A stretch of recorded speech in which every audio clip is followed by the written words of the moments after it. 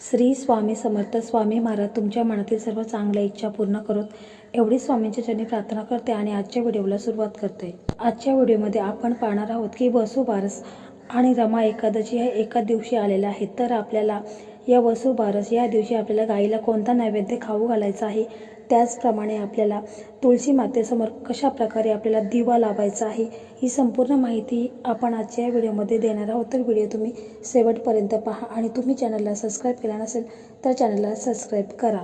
दिवाळी आली म्हणता म्हणता 1 नोव्हेंबरला सुरूही होते.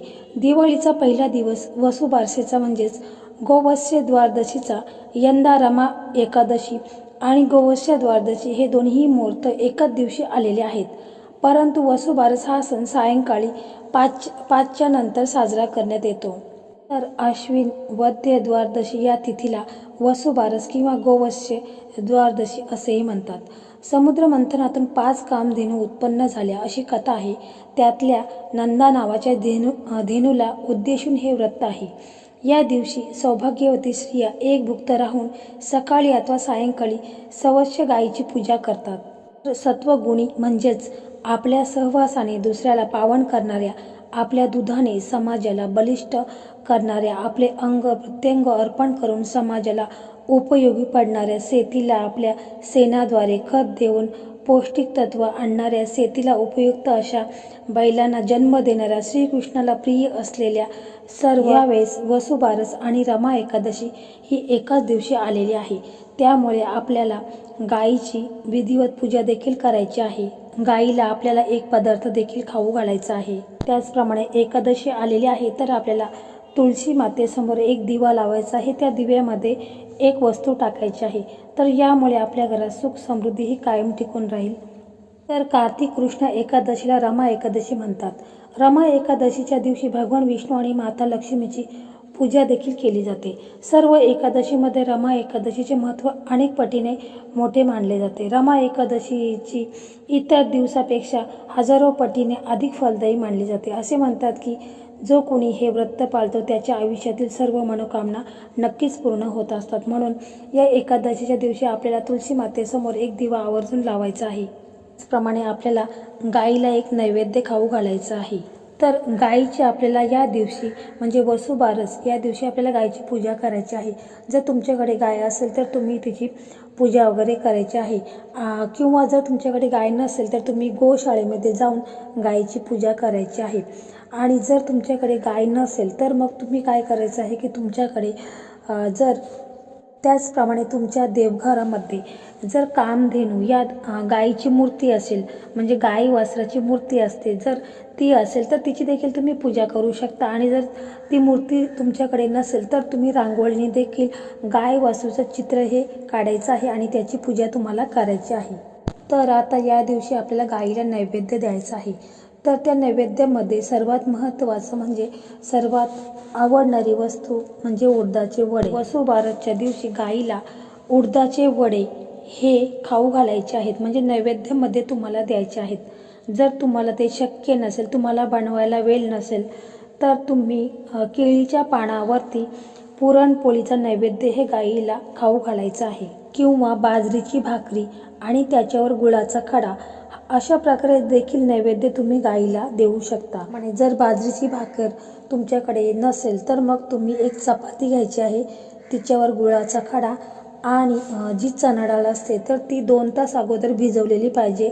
ती चणा डाळ तुम्ही त्या चपातीवरती ठेवायची आहे आणि हा देखील नैवेद्य तुम्हाला गाईला खाऊ घालायचा आहे. तर पहा, हा झाला तुमच्याकडे स्वतःकडे गाय असेल तर तुम्ही अशा प्रकारे नैवेद्य दाखवायचा आहे, म्हणजे उडदाचे वडे.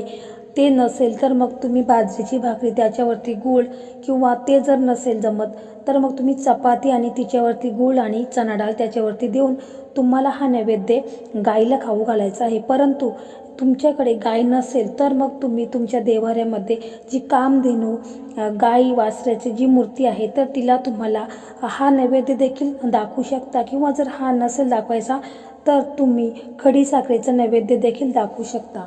अशा प्रकारे आपल्याला नैवेद्य हा गाईला खाऊ घालायचा आहे. त्याचप्रमाणे असा चुकूनही नैवेद्य गाईला खाऊ घालायचा नाही जे पदार्थ दुधापासून बनवलेले असतील, म्हणजे दुधापासून तुपापासून बनवलेले मिठाई ते आपल्याला चुकूनही गोमातेला खाऊ घालायचे नाही. वसुबारसची पूजा ही संध्याकाळी केली जाते. त्यामुळे आपल्याला ह्या वसुबारस आणि त्यामध्ये एकादशी आलेली आहे.